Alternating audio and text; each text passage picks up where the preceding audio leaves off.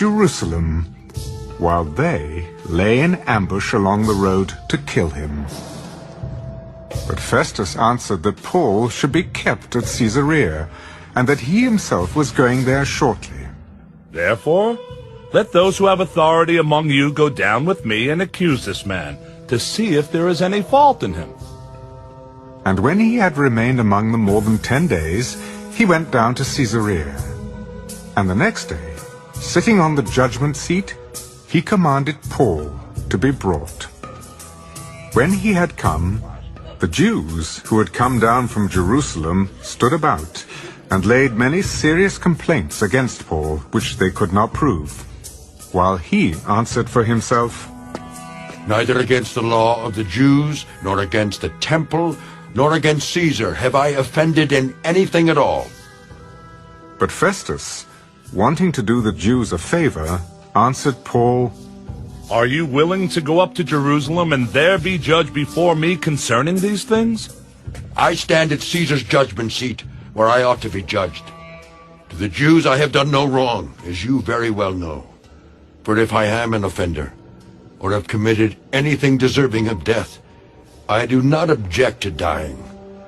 But if there is nothing in these things of which these men accuse me, no one can deliver me to them. I appeal to Caesar. Then Festus, when he had conferred with the council, answered, You have appealed to Caesar? To Caesar you shall go. And after some days, King Agrippa and Bernice came to Caesarea to greet Festus. When they had been there many days, Festus laid Paul's case before the king. There is a certain man left a prisoner by Felix, about whom the chief priests and elders of the Jews informed me, when I was in Jerusalem, asking for a judgment against him.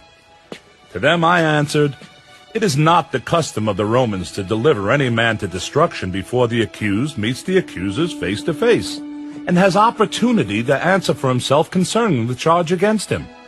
Therefore, when they had come together without any delay, the next day I sat on the judgment seat and commanded the man to be brought in. When the accusers stood up, they brought no accusation against him of such things as I supposed, but had some questions against him about their own religion, and about a certain Jesus who had died, whom Paul affirmed to be alive. And because I was uncertain of such questions, I asked whether he was willing to go to Jerusalem and there be judged concerning these matters. But when Paul appealed to be reserved for the decision of Augustus, I commanded him to be kept till I could send him to Caesar. I also would like to hear the man myself. Tomorrow you shall hear him. So the next day, when Agrippa and Bernice had come with great pomp, and had entered the auditorium with the commanders and the prominent men of the city, at Festus' command, Paul was brought in. And Festus said, King Agrippa and all the men who are here present with us, you see this man about whom the whole assembly of the Jews petitioned me, both at Jerusalem and here, crying out that he was not fit to live any longer. But when I found that he had committed nothing deserving of death, and that he himself had appealed to Augustus, I decided to send him.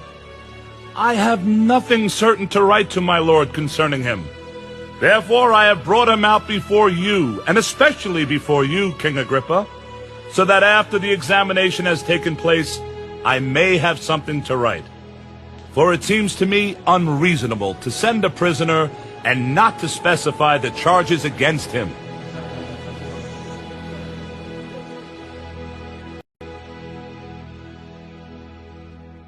Acts. Chapter 26. Then Agrippa said to Paul, You are permitted to speak for yourself. So Paul stretched out his hand and answered, I think myself happy, King Agrippa, because today I shall answer for myself before you concerning all the things of which I am accused by the Jews, especially because you are expert in all customs and questions which have to do with the Jews. Therefore I beg you to hear me patiently. My manner of life from my youth, which was spent from the beginning among my own nation at Jerusalem, all the Jews know, They knew me from the first if they were willing to testify that according to the strictest sect of our religion, I lived a Pharisee.